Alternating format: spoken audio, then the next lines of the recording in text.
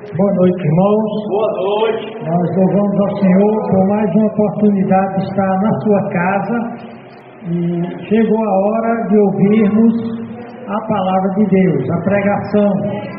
Domingo passado, nós começamos a falar de culto, louvor, adoração e pregação racionais versus o contrário, misticismo enganoso. E você pergunta o que é isso? O texto que o irmão Flávio leu Jesus Cristo dizia em João 4, 23 e 24, falando do tipo de culto, de adoração que Deus espera. Mas a hora vem, aqui quem está falando é o Senhor Jesus Cristo, ele disse, a hora vem, e agora já chegou, em que os verdadeiros adoradores adorarão em espírito e em verdade. Tem que ser no espírito, com o espírito, com a razão, não meramente com a emoção e com a verdade. E porque o Pai procura, distingue, não é que ele prefere, é que ele só vai aceitar esses que o adoram.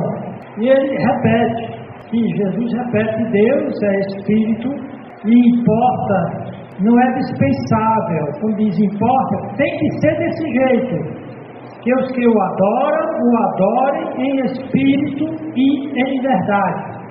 No primeiro texto, lá em Romanos 12, 1, o apóstolo Paulo diz, Romanos 12, versos 1 e 2, você pode abrir para lá.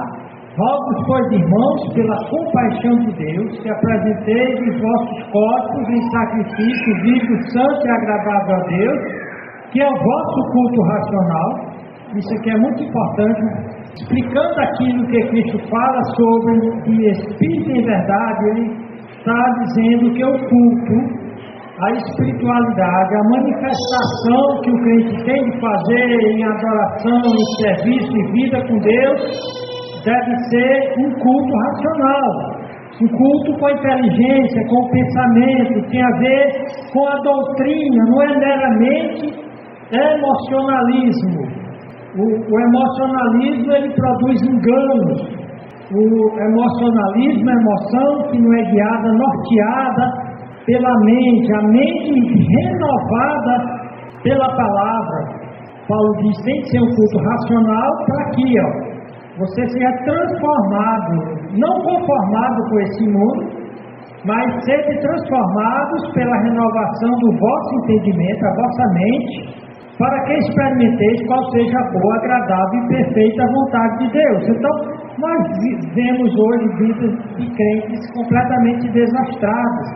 Antigamente, as vidas dos crentes eram uma vida mais decente. Você não via separação, divórcio. Adultério era algo tão raro que como é que pode?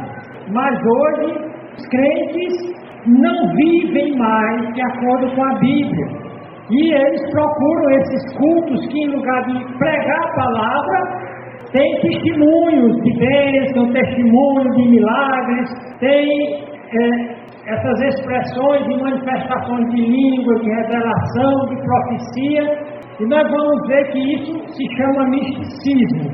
E o misticismo promove uma outra coisa que é terrível, que Jesus Cristo anuncia claramente, que muitos abandonarão a verdade, a fé de muitos vai esfriar, e que eles vão dar ouvidos aos falsos profetas. E Jesus Cristo profetizou que nós tivéssemos cuidado. Cautela, ter extremo cuidado, porque o mundo todo está caminhando para a criação da igreja do anticristo, que é uma igreja mundial, que é uma igreja ecumênica, que é uma igreja que despreza o ensino da Bíblia, que despreza a doutrina, e muitos procuram uma igreja que a ênfase na doutrinária, a ênfase é o sapato de fogo, é o reteté, é o barulho, são as manifestações carismáticas, E ao longo de meus mais de 40 anos como pastor, eu sempre ouvi a frase: que o que vai criar a igreja do anticristo, que vai juntar todas as religiões numa grande igreja, a igreja que não vai ser arrebatada, mas ela vai recepcionar o anticristo, é a igreja de sinais, milagres e prodígios. É a igreja ecumênica, são duas palavras: igreja carismática, as igrejas dos sinais, milagres e prodígios e línguas, e a igreja ecumênica, aquela que quer juntar força com todo tipo de representação de cristianismo. O próprio apóstolo Paulo, nós lemos na última mensagem, em 2 Timóteo, no capítulo 4, ele diz que no final dos tempos, muitos, não são poucos, ele diz que muitos apostatarão da fé. Ele diz claramente de que muitos terminarão o dia no inferno. Muitos não serão arrebatados. E você pergunta, por que isso? Em 2 Timóteo, o apóstolo Paulo diz: conjuro-te, pois, diante de Deus e do Senhor Jesus Cristo, que há de julgar vivos e mortos, na sua vinda e no seu reino, que pregues a palavra. Ele não diz, sai curando, sai exorcizando, sai fazendo culto show, mega culto show. Prega a palavra. Isso é culto racional, que a ênfase está no culto, não está no show, não está nos artistas, não está nos milagreiros, não está nos exorcistas. Está na pregação da palavra. Prega a palavra. Instes a tempo e a fora de tempo. Ou seja, quer ouvir, quer não, prega a palavra. Repreende, exorta com toda longanimidade e doutrina. Prega a doutrina. Porque virá tempo em que não suportarão essa doutrina. Não vão querer saber de pregação. Vão adiar os pastores que pregam muito. Pregador que prega muito, ele é pregador espada. Como assim? Comprido e chato. Então, olha que diz, muitos, a multidão, a maioria das igrejas, a ênfase não é na pregação. Em uma das minhas férias, anos atrás, eu fui visitar várias igrejas para ver como é que a coisa era. Eu fui numa igreja que se diz batista. Foram 3 horas de culto, 15 minutos de pregação. Teve tudo lá. Teve de tudo. Pregação 15 minutos, um caldinho de bila. Fui para a igreja pentecostal, eu falei domingo, lá na Praça da Bandeira, aquela Assembleia de Deus de lá, foi um culto de bem 3 horas. Finalmente entrega a palavra para o pastor presidente. Ele gasta uns 15 minutos falando de uma revelação que tiveram sobre ele, e quando ele termina, engrena numa outra revelação, e só depois ele prega a Bíblia. Enquanto ele está falando nas revelações, está todo mundo, aleluia, glória! Quando ele começou a pregar, ela se levantando, ela conversando, porque não suportam a sã doutrina. E o que vai acontecer? Não suportarão a sã doutrina, mas tendo comichões nos ouvidos, amontoarão para si doutores, conforme as suas próprias concupiscências, e desviarão os ouvidos da verdade, voltando às fábulas, às historinhas mentirosas que eu falei daquele pastor que atravessou um rio, pilotando um jacaré de 5 metros. Mentira de lavada do safado. Ele já está prestando conta com Deus. Então, irmãos, eu quero desafiar você a valorizar a pregação da palavra, o estudo da palavra. Eu noto, por exemplo, que todas as nossas mensagens eu gravo áudio e depois coloco no YouTube. Eu noto que os próprios membros da nossa igreja, alguns nem vieram e nem sequer dão um toque na mensagem. É capaz de visitarem tudo, no Instagram, YouTube, mas a palavra não sofre, não querem sofrer. O texto aqui diz, não sofrerão a palavra. E o que está acontecendo no mundo? O inimigo está cada vez mais promovendo a união de todas as igrejas com o desprezo de doutrina e com a promoção cada vez maior do carismatismo. Eu vou orar agora e preste atenção nessa mensagem, para que você saiba o que Deus vai esperar de você, o que vai fazer com que você não termine pertencendo à igreja que o anticristo está preparando, o diabo está preparando para receber o anticristo. Presta atenção. Senhor Deus, nosso Pai, obrigado pela Tua palavra e nos guia agora, Senhor Deus, a não sentir coceira nos ouvidos, mas suportar a pregação da Tua palavra, mesmo que ela, como um bisturi, espada de dois gumes, venha nos ferir, para consertar e arrancar, cirurgiar tudo que não convém da nossa vida. Nos ajuda em nome de Jesus Cristo. Amém. Então, como eu falei para vocês, falei do misticismo, que é você querer ter experiências diretas com Deus, não quer estudar a Bíblia, quer ouvir revelação. Eu falei com um pastor pentecostal, ele disse, não, pastor, está assim nas igrejas pentecostais, nas assembleias, que eles estão atrás de revelação, eles não estão atrás de pregação, estão atrás de profecia, estão atrás de palavra de conhecimento. Então vamos ver o que está envolvido nisso. Um histórico do misticismo cristão. Misticismo é quando você quer conhecer Deus sem ser pela Bíblia.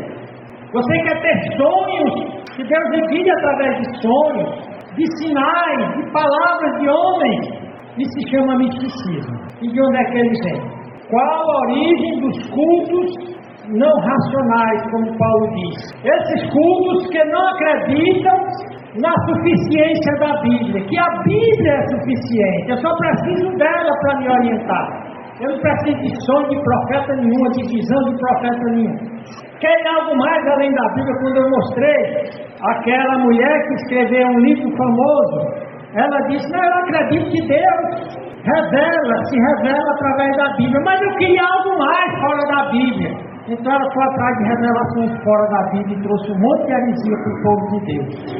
Os cultos místicos, ou não espirituais, ou não bíblicos, são baseados em experiências pentecostais carismáticas. Que o misticismo pentecostal carismático é a cola ecumênica que vai juntar todas as igrejas e religiões em uma só igreja mundial que um dia vai receber a marca do anticristo.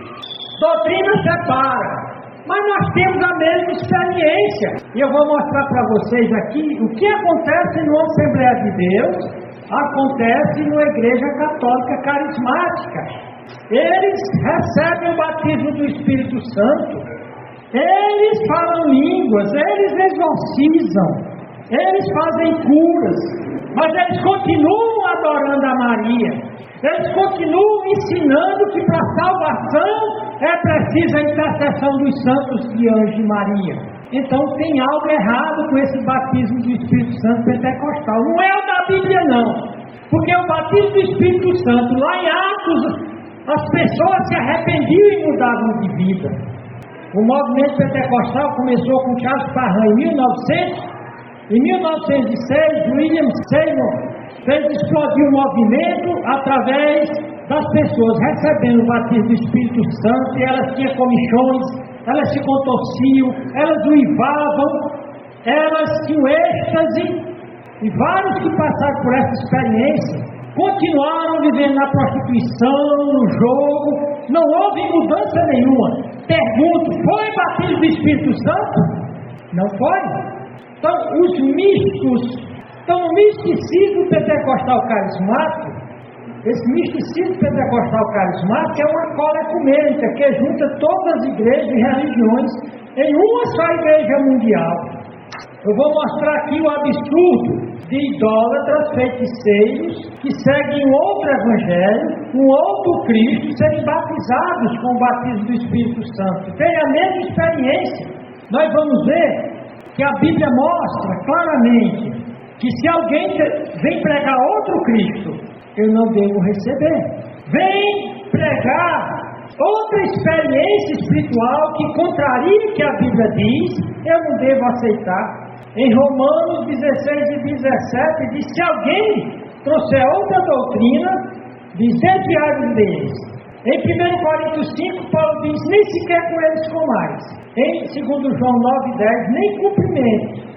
E em 2 Coríntios 6, 14, 17, não tenha comunhão com eles. Por quê?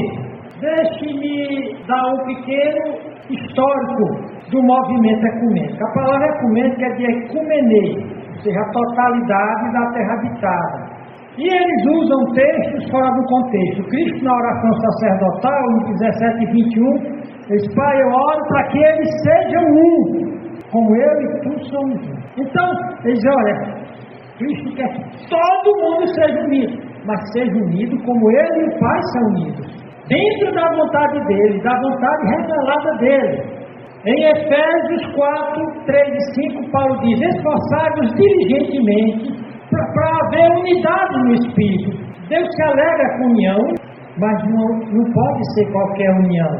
Paulo diz aqui, uma união baseada claramente, olha as condições: unidade no Espírito, porque só existe um só corpo, um só Espírito, uma só Senhor, um só batismo, uma só fé. Então a Bíblia só tem uma fé. Eu não vou ser salvo pela fé batista, eu não vou ser salvo pela fé pentecostal, eu vou ser salvo pela fé bíblica. Então qualquer fé que não esteja baseada na Bíblia não é a base para eu ter comunhão. O apóstolo Paulo diz: é importante, vamos lutar para sermos unidos. Todavia ele diz: se alguém, lá em Gálatas e em Colossenses, ele diz: se alguém trouxer outro evangelho, mesmo que seja um anjo que desça do céu, mesmo que volte alguém dos mortos e traga outra doutrina, outro evangelho, não diga nem, diga anátema, maldito, fora, não quero. Então a igreja foi terrivelmente perseguida pelo Império Romano, mas em 313 o Constantino percebeu que os cristãos tinham uma união tremenda. Quanto mais matava cristão, mais outros surgiam e eles eram unidos. Cobiçando essa união, Constantino criou a Igreja Imperial, que passa a ser católica apostólica romana, e a cola seria o ecumenismo. Não seria uma unidade na fé bíblica, mas unidade na fé religiosa, na fé da Igreja Católica Romana. Em 325, apenas 8 anos depois que Constantino iniciou o catolicismo romano oficialmente, no Concílio de Nicéia, ele já declarava: cremos numa só Igreja Santa, Católica, Apostólica e Romana. Quem não cresce nisso, quem não cresce que a Igreja Católica Romana é a arca da salvação, que não cresce nos dogmas que a Igreja transformou a ceia do Senhor em sacramento, onde ocorre o sacrilégio da missa, onde eles dizem que o padre tem o poder de transformar aquela bolacha de farinha de trigo, que eles chamam de hóstia, no corpo e sangue de Cristo. Então quem não cresce nisso, e veja bem, os anabatistas nunca foram da Igreja Romana. A Igreja Católica Romana não é a primeira, até historicamente ela vem de Constantino, 313 anos depois. E quando a Igreja se tornou imperial, católica, muitos cristãos não entraram nela. Continuaram pregando o Evangelho e foram chamados de anabatistas. E esses anabatistas morreram aos milhares. Os historiadores dizem que se fosse colocado em um vale profundo, em um buraco profundo, o sangue de anabatistas que a Igreja Católica matou, formaria um lago de sangue incrível. Porque a Igreja Romana, ela queria sim um ecumenismo, mas que todo mundo aceitasse o Papa como representante de Cristo, como cabeça da Igreja. Aceitasse que Maria era medianeira entre Deus e os homens. Os anabatistas disseram não. Então a Igreja Católica se transforma num grande império, tanto no Oriente e no Ocidente. Em 1054, a Igreja Romana é dividida em a Igreja Católica é dividida em duas igrejas: a Igreja grega ortodoxa e a Igreja Romana. Cada uma tinha o seu chefe, o Papa Romano e o patriarca da Igreja Ortodoxa, e cada um excomungou o outro. Sabe o que é excomungar? Condenar o inferno. Então a Igreja Ortodoxa condenou a Igreja Católica todinha ao inferno, e a Igreja Católica Romana condenou a Igreja Ortodoxa todinha ao inferno. Nem mesmo Dentro dela, ela conseguiu manter a unidade.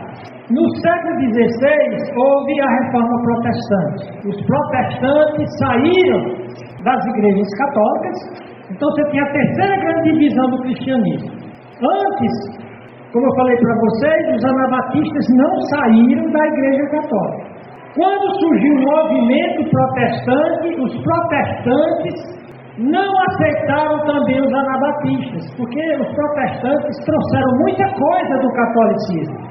E os anabatistas condenaram essas práticas. Tanto que os protestantes tratavam os anabatistas com extremo desprezo. E a coisa vai andando. Em 1900 para 1900, começam as 4 ondas do movimento pentecostal. Os pentecostais saem das igrejas históricas e tradicionais. Em 1906, a primeira onda pentecostal inicia com Parham. Ele, oficialmente, o fundador do movimento pentecostal. Charles Parham tinha um monte de heresias. Foi preso por pedofilia, por abusar de crianças. E foi ele quem inventou a doutrina mentirosa que o sinal do batismo do Espírito Santo é falar línguas. Em 1900, um pedófilo criminoso preso. Por conta disso, um aluno dele, William Seymour, na Rua Azusa, começa novamente recomeça o movimento pentecostal, só que agora o negócio pega fogo. Eu tenho testemunhos do que aconteceu na Rua Azusa que os pentecostais não mostram. Mas o negócio era tão grosseiro que as igrejas tradicionais não aceitaram os pentecostais nelas. Então, os que estavam pentecostais eram expulsos e os que iam surgindo por conta do movimento místico, das línguas, das profecias, dos milagres, dos exorcismos. Então, eles criaram as grandes denominações pentecostais. Em 1914 é criada a Assembleia de Deus. Aí vai ser criada o Evangelho Quadrangular. As grandes e megas igrejas pentecostais, que se mantêm separadas. Só que o pentecostalismo, eles tinham uma receita para atrair o mundo. O mundo é louco por milagres, por manifestações extraordinárias, por línguas. Então o mundo entrou em massa nas igrejas pentecostais. O pentecostalismo explodiu e cresceu no mundo inteiro e os pastores criaram super igrejas ricas. Da década de 50 para a década de 60 vai nascer a segunda onda, que é chamada de renovação carismática. É quando muitas igrejas tradicionais, elas saem das igrejas tradicionais e se tornam, acrescentam a palavra renovada. Batista renovada, presbiteriana renovada. E é nessa época que surge a Igreja Católica renovada.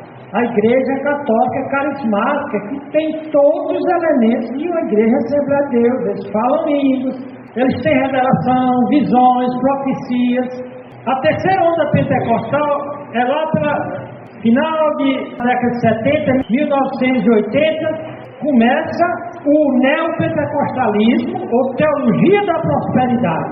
E hoje nós estamos na quarta onda do pentecostalismo, que é um movimento apostólico de transformação baseado nas 7 montanhas culturais. O pentecostalismo, esse pentecostalismo da quarta onda, ele quer subir as 7 montanhas culturais: religião, governo, educação, negócio, família, mídias, arte, entretenimento. Então você nota que, paralelamente ao movimento pentecostal, e antes até dele, começa o outro movimento, chamado movimento ecumênico. Isso é o diabo preparando a igreja para receber o anticristo. Porque a doutrina separa, mas presbiteriano, batista, os pentecostais, os católicos, eles têm a mesma experiência. E foi baseado nisso que, já antes do diabo preparando, em 1846, 50 denominações protestantes criaram a Aliança Evangélica, se uniram para criar sociedades missionárias, evangélicas, de beneficência social. Isso sem querer saber da doutrina, não interessa da doutrina. Vamos unir forças, vamos unir as bolsas. Em 1908, 8 anos depois do início do pentecostalismo, 31 denominações criaram o Concílio Federal de Igrejas, em 1950, criaram o Concílio Nacional de Igreja. Em 1910, criaram a Conferência Missionária Internacional. E, finalmente, depois da Segunda Guerra Mundial, em 1948, criaram o Concílio Mundial de Igrejas, com 147 denominações que trabalham juntas. Nenhuma pode falar mal da doutrina do outro. Então, esses que estão aprendendo o quê? Não, nós temos a mesma experiência. Todos nós somos batizados com o Espírito Santo. No Concílio Mundial de Igreja está católico, está pentecostal, está tudo. Agora, nós começamos a mostrar em que é que isso dá. Deixe-me fazer algumas considerações aqui para onde é que está levando esse desprezo da doutrina da Bíblia, da pregação da Bíblia. Se a nossa igreja aqui pregasse cura, fizesse cultos de cura, culto de libertação de demônios, que é uma pilantragem, quem liberta é a pregação do Evangelho. Não importa quantos canos a pessoa tenha dentro dela. Ela ouviu o Evangelho, se arrependeu. Eu nunca vi endemoniado depois de se converter ao Evangelho, pensar ninguém está botando mão na cabeça dele e mandando queimar demônio. Então, voltando para cá. O ex-padre Amílio Pereira Reis, ele deixou a batina, ele deixou a Igreja Católica. Quando ele deixou a Católica, o Papa Paulo VI disse que estava deixando o catolicismo padre de maior cultura, doutor Amílio Pereira Reis, um homem de grande cultura. E ele deixou porque viu que o catolicismo não pregava o que a Bíblia dizia. E ele passou a ser um pastor batista. Não estou dizendo que os batistas são o biscoito do pacote, não. Tem batista de todo jeito aí. Tem batista aí a gosto do Satanás. Mas ele passou a ser um batista que defendia isso aqui, pregação da Bíblia, doutrina bíblica. E ele escreveu um livro, Católicos Carismáticos e Pentecostais Católicos. Ele vai mostrar que o catolicismo, especialmente depois do Concílio Vaticano II, em 1960, estreitaram relações. E catolicismo romano carismático é igualzinho a pentecostalismo carismático. Igualzinho, sem diferença. Então, o catolicismo carismático, o catolicismo, ele sempre foi carismático. As coisas que tem dentro do pentecostalismo sempre existiram dentro da Igreja Católica. A Igreja Católica sempre trabalhou com revelações de visões fora da Bíblia. A Igreja Católica sempre trabalhou com expulsão de demônios. A Igreja Católica sempre trabalhou com revelações, visões fora da Bíblia. Ou seja, os católicos, os pentecostais, com Parham e William Seymour, não trouxeram nada novo para o campo religioso. A única diferença é que era fora da Igreja Católica. E o amigo vai provar isso. Ele disse aqui, católicos carismáticos sempre existiram. Ou seja, católicos, através da sua história, eles tinham os dons pentecostais, de curar, de profetizar e de falar línguas estranhas. E então ele vai dar aqui todo o histórico. E ele vai dar exemplos. Por exemplo, Francisco de Assis era um deles que tinha esses dons. A Santa Brígida, ela tinha alucinações que fizeram ela ter a revelação do purgatório. Olha onde é que vem a doutrina do purgatório. De uma revelação carismática dentro da Igreja Católica, por uma mulher uma freira chamada Brígida, e que eles transformaram em santa. Na Alta Idade Média, surgiu um grupo chamado de flagelantes, originários de Perusa, na Itália, e que se espalharam por toda a Europa Ocidental. E quem eram esses flagelantes? Eram moços, crianças e velhos de ambos os sexos, muitas vezes nus ou seminus, percorriam a cidade clamando, cantando, urrando em língua estranha, língua doidada, já na Idade Média, falando línguas. Penitenciavam com açoites e daí o seu nome de flagelantes. Na canonização do padre José Anchieta, a história dele é repleta desses prodígios e milagres. Quando nós chegamos no Brasil, só para você ter uma ideia, no início da década de 40, padre fazedor de milagres era o Frei Eustáquio, que era vigário em Papoa, estado de São Paulo, e seu ministério se baseava em fazer milagres. Nos fins da década de 40, o padre Antônio Pinto, era outro padre que fazia milagres. Nos anos 60, o padre José Donizete de Tambaú era outro padre que fazia milagres. E agora o que eu cheguei a conhecer, Frei Damião. Eu era menino, a minha avó era muito católica, a minha mãe era evangélica, mas minha avó disse: eu quero que você libere o Laércio para me levar, que o Frei Damião está chegando na matriz de Oroz. Então era uma multidão enorme em frente à igreja do Oroz, e eu menino lá, naquela multidão, atrás da minha avó. Quando eu menos me dei conta, com a cipuada, a chicotada dos frades na minha costas, abrindo caminho na chicotada, lepo, pá! Eu olhei, o meu apisa, né, olhando lá o Frei Damião. Nessa peregrinação do Frei Damião lá em Oroz, ele perdeu uma unha podre. Olha, houve uma briga, porque todo mundo queria fazer chá da unha dele. Então, o ex-padre Pereira Reis, ele dá um monte de exemplo vamos dizer assim, desse misticismo carismático pentecostal da Igreja Católica através de toda a sua história. Diz aqui o ex-padre amigo, eu o chamo de católicos carismáticos porque, repito, desde sempre a religião romanista criou os milagres, os prodígios, através de suas freiras e seus padres carismáticos. E aqui um detalhe, um fato talvez você não saiba: se o indivíduo não foi carismático, não era capaz de ter aqueles dons que os pentecostais têm, ele não podia ser canonizado santo. Então a igreja tem um santo para cada dia do ano. São tantos santos que eles criaram o dia de todos os santos. Ou seja, todos aqueles santos foram canonizados porque faziam milagres, porque eram pentecostais, porque eram carismáticos. Cada estágio da canonização tinha de ter pelo menos 3 milagres. 1960 começa o Vaticano II, que marcou uma fase de transição do catolicismo romano, que o mundo tinha mudado. Os pentecostais tinham invadido o mundo todo. Cada vez mais eles arrebanhavam católicos para dentro deles, porque havia uma afinidade muito grande entre pentecostalismo e catolicismo. Então, o que é que o catolicismo faz? O catolicismo, ele tem uma máxima, que é adaptar-se ou morrer. Então, o catolicismo é camaleônico. Cada época ele tenta se adaptar à realidade. Na época de Constantino, ele sincretizou os cultos pagãos. Então, como ele estava perdendo absurdamente gente para o pentecostalismo carismático, então o que é que ele faz?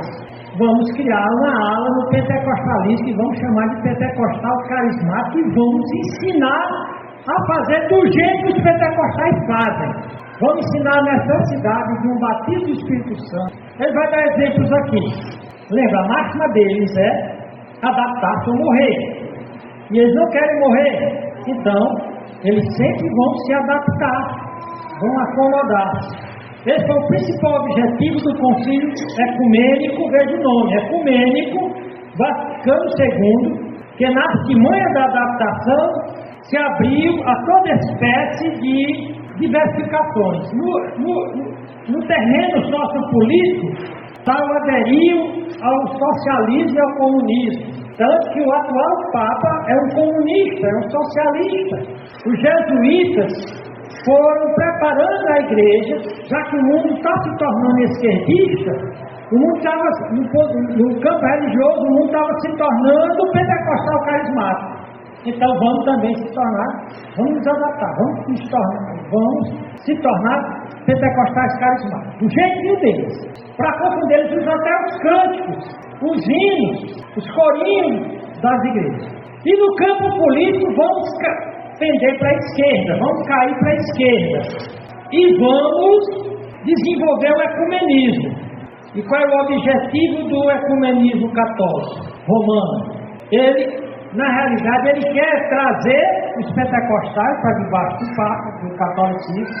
Ele quer trazer os comunistas para a Igreja Católica e diz a nível: essas seitas católicas, afastadas da barca pontifícia, vulgarmente conhecida como protestantes, eles chamam os protestantes de seitas, aceitaram a paquera, o namoro, a série ecumenista do clero romano e se sentaram na mesa de diálogo. João Paulo II foi o grande patrocinador desse namoro, desse casamento entre evangélicos e protestantes e católicos, o João Paulo II. E esse agora que está aí é descaradamente um papa carismático e comunista. Então, nós já vimos que o objetivo é misturar, trazer de volta através do diálogo. 1960, o Vaticano II dá início a todo um programa para trazer de volta protestantes, evangélicos e até os comunistas. Eles escolheram um jesuíta. Os jesuítas, a seita dos jesuítas, é uma ordem católica romana, ela foi criada depois da Reforma Protestante para combater os protestantes. Então eles usavam de tortura, eles usavam a famigerada nada Santa Inquisição. Mas do século XX para cá, do século passado para cá, eles viram que com a perseguição, matando e torturando não conseguiram, então eles vão se adaptar, vão ser camaleões. Os pentecostais falam língua, vão falar também. Então, o João Paulo II foi a figura-chave. Diz aqui, amigos, sua exuberante atuação é firmada no programa consciente de capitalizar ao máximo em todos os espaços políticos, sociais, financeiros e religiosos. Então, na última viagem, na sua própria viagem à Inglaterra, prevista para agosto, tal, a ideia dele era aproximar os luteranos e anglicanos dentro da Igreja Católica. Então, a ideia era diálogo interreligioso, ecumenizante, que visava aproximar anglicanos, luteranos e ortodoxos, e os pentecostais. Mas os pentecostais não entraram. Quem caiu como um patinho foram logo os anglicanos, os luteranos e os ortodoxos. Então, devemos usar outra estratégia para pegar os pentecostais. Porque os tradicionais, aqueles que seguem a Bíblia, não tinha jeito de eles pegarem, porque eles eram contra qualquer coisa que fosse contrária à Bíblia. Era contra o pentecostalismo carismático, que quer coisa fora da Bíblia, eram contra o comunismo, eram contra o catolicismo. Então, vamos deixar os tradicionais, os fundamentalistas disso de fora. Mas os pentecostais a gente pode pegar, porque o que eles ensinam é o que nós sempre ensinamos e praticamos. Como é que eles fazem isso? Eles elegeram o sacerdote jesuíta Edward O'Connor, da Universidade Católica de Notre Dame, que era o mentor espiritual de dois outros elementos, Steve Clark e Ralph Martin Clayton, para poder fazer a aproximação entre pentecostais e católicos. E colocou nas mãos, em princípio de 1966, dois livros: A Cruz e o Punhal, de David Nixon, e Ele Falou Outras Línguas, de John Sherry. Lendo segundo as previsões de O'Connor, assimilaram sua orientação e passaram a frequentar reuniões de poder dos pentecostalismos. Ou seja, os pentecostais botaram agentes, espias, para saber como era que era feito os cultos pentecostais e carismáticos. Pessoal, eu estou falando de história, eu não estou inventando nada, tudo isso é história. Então eles passaram a assistir às reuniões de poder dos pentecostais. Então, baseados naquelas reuniões pentecostais de poder, eles criaram os concílios da cristandade, que foi um movimento desencadeado pelo clero após o Concílio Vaticano II, com o propósito de criar aquela cola ecumênica e carismática. E eles queriam desenvolver, queriam sentir as mesmas experiências pentecostalistas das reuniões de poder. No outono de 1966, você nota que vai ser na década de 70 que vai surgir a Igreja Católica Carismática. Houve toda uma preparação para que a coisa acontecesse. Em 1966 ocorreu a Convenção Nacional dos Concílios de Cristandade, celebrada nas dependências da Universidade Católica de Duquesne, do Espírito Santo, na cidade de Pittsburgh, na Pensilvânia. Terminada aquela convenção dos concílios, o que é que acontece? Começou o movimento de línguas. É dito aqui, as manifestações carismáticas não se fizeram retardar. E num ambiente de extrema excitação nervosa, predominaram as línguas estranhas entre os adoradores de Maria, beija o pé do Papa. Deu-se início então um grande crescimento pentecostal dentro do catolicismo romano. Eles tinham conseguido o que eles queriam. Nós agora temos as mesmas experiências deles. Quando nós nos aproximarmos deles, eles não vão poder dizer que são diferentes da gente. Porque antes os pentecostais tascavam o pau nos católicos contra a idolatria, contra a salvação por obra tal. Mas você vai ver que depois do movimento carismático, eles usaram o casal Hanagan, que falaram, nós também falamos outras línguas. Grande parte dos pentecostais passaram a trabalhar com os católicos carismáticos como se fosse uma denominação evangélica. Olha o que o Hanagan diz. Um dos mais ricos frutos desse movimento carismático contemporâneo é a união dos cristãos de muitas denominações no Espírito de Jesus. Que união é essa? Você nota aqui que está juntando tudo no mesmo balaio. Você vai ver que Jesus não quer que um verdadeiro crente esteja nesse balaio. Ele sai dela, povo meu. Olha o que é dito aqui.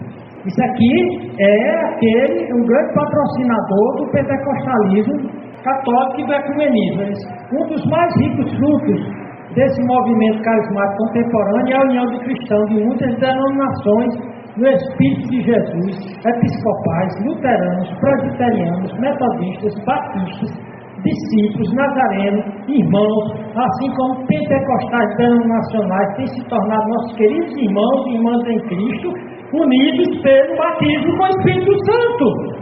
Isso aqui é um padre católico, um grande representante do catolicismo. Você nota como o inimigo está fazendo.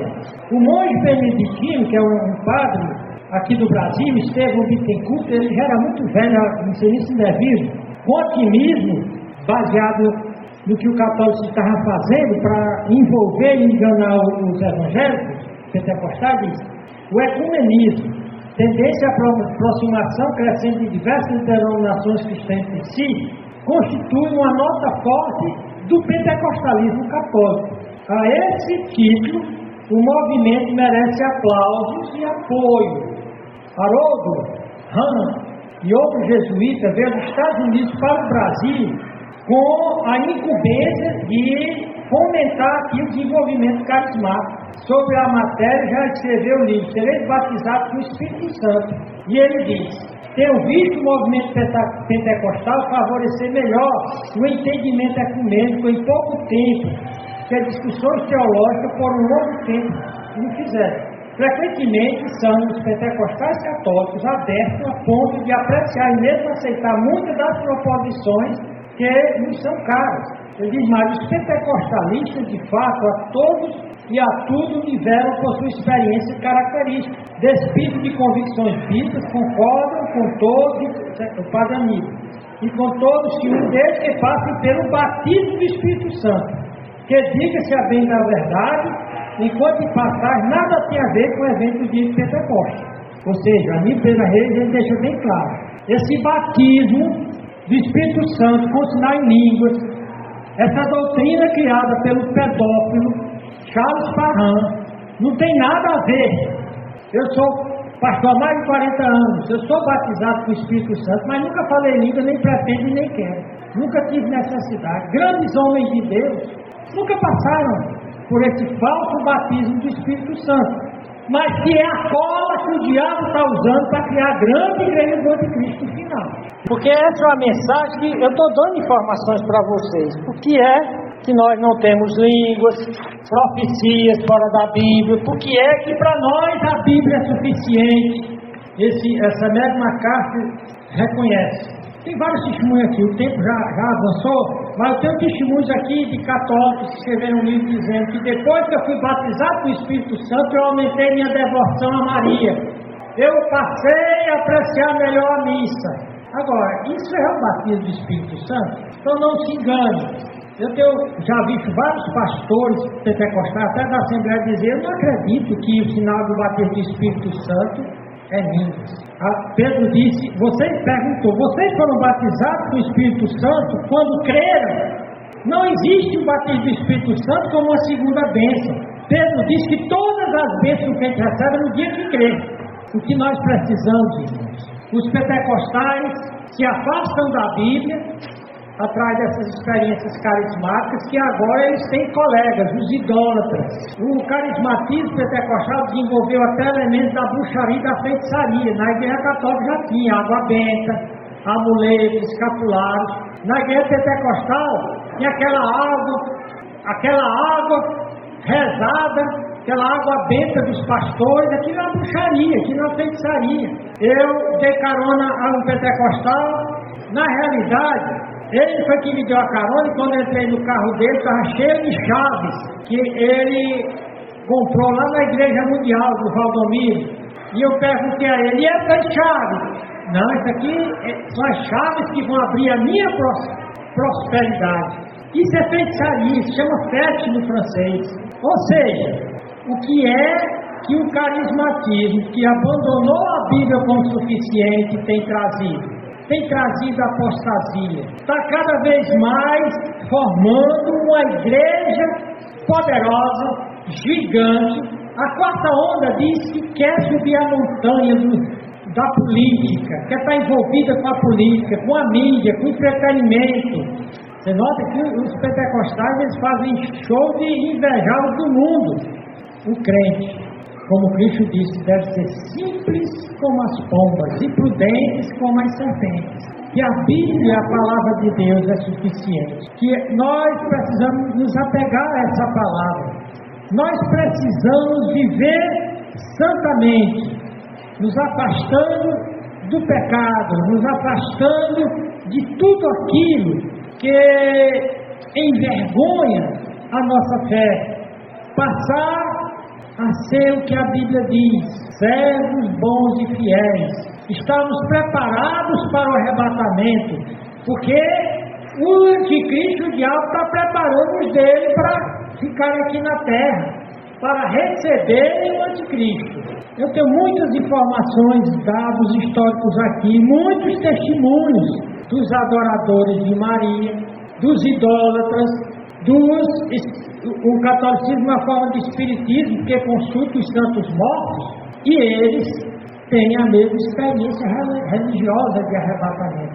Eles têm os mesmos primilitos, os mesmos comichões, eles têm as mesmas manifestações de cair no chão, e chamam isso de batismo do Espírito. Não, mas você não pode dizer que é coisa do diabo. Se você fizer isso, você está blasfemando do Espírito Santo. E eu digo, quem está blasfemando do Espírito Santo? Quem usa bruxaria, água benta, chave ungida, que manda levar roupa de parente para ser benzida. Na época dos apóstolos, só a sombra de Pedro curava alguém. Portanto, vamos ser simples. Cada um se alegrar numa igreja pequena que nós temos. Porque nós não usamos as práticas do engano. O carismatismo faz a igreja crescer. Sinais, milagres, profecias faz a igreja crescer. Então não vamos ficar tristes porque somos uns gatinhos pintados. Vamos continuar pregando o Evangelho. Vamos ficar firmes ao lado da palavra de Deus. Nós somos fundamentalistas bíblicos. Nosso único fundamento é a Bíblia. Nós somos conservadores. Nós conservamos a fé, uma vez por todas, entregue aos santos e revelada no cânon bíblico, que vai de Gênesis a Apocalipse e encerrou, não tem mais. Senhor Deus, nosso Pai, obrigado por esse tempo aqui, em nome de Jesus Cristo. Amém e boa noite.